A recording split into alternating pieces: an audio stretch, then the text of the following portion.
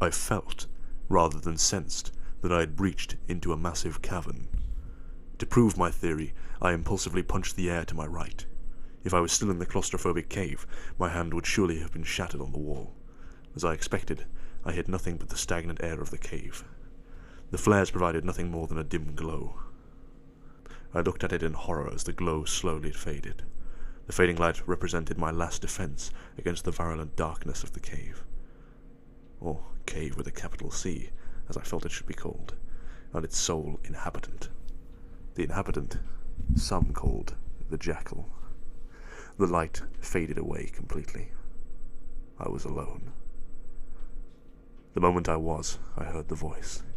It was flat and terrible and loud. It reverberated around me, seemingly without a source or direction.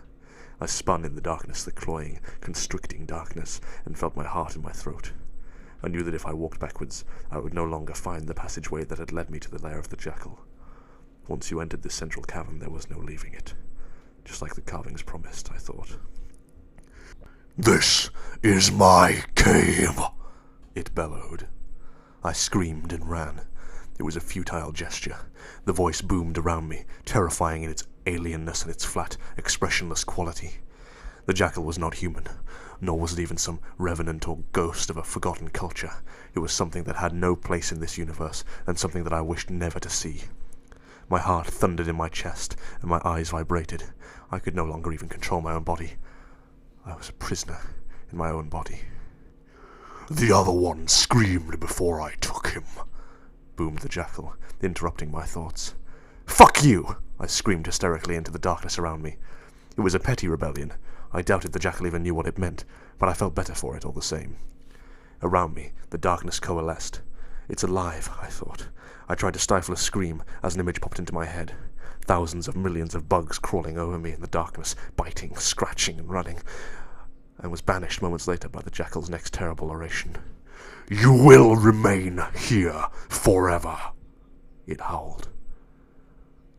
I know that voice, I thought vaguely. After the voice came footsteps. I sensed, I could both feel the tremors and hear the steps, hundreds of them around me, pounding the floor in rapid and terrifying rhythm.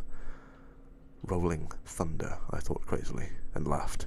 What little sanity I possessed was rapidly being eroded away by the darkness, millions of bugs, rolling thunder, the Jackal and its influence over the cave, and consequently those inside it.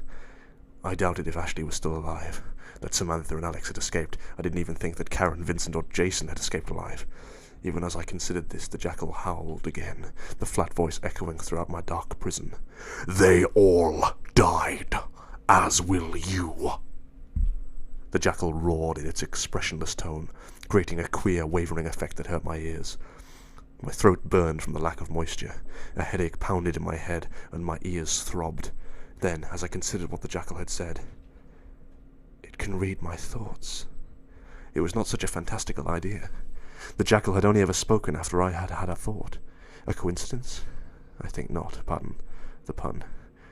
I considered the mental connection. An idea began to form. I stopped running and immediately emptied my thoughts, banishing the sensory manipulations that the Jackal used on me. The footsteps around me intensified, but I heard none of it as I shut down my senses and opened my mind. Then, exposed without the cloak of my previous panicked thoughts, I felt it. The Jackal's mind. It was a colossal alien thing, like a structure too gargantuan for the human mind to comprehend. It would dwarf me, swallow my mind whole, and leave me a gibbering wreck if I considered it for too long. It wasn't even natural, let alone human. Thoughts and ideas seemed to be constructed in a fashion that was incomprehensible to the human mind. In a word, the Jackal's presence was dark. As I felt its presence wash over me, I steeled myself and sprung the trap.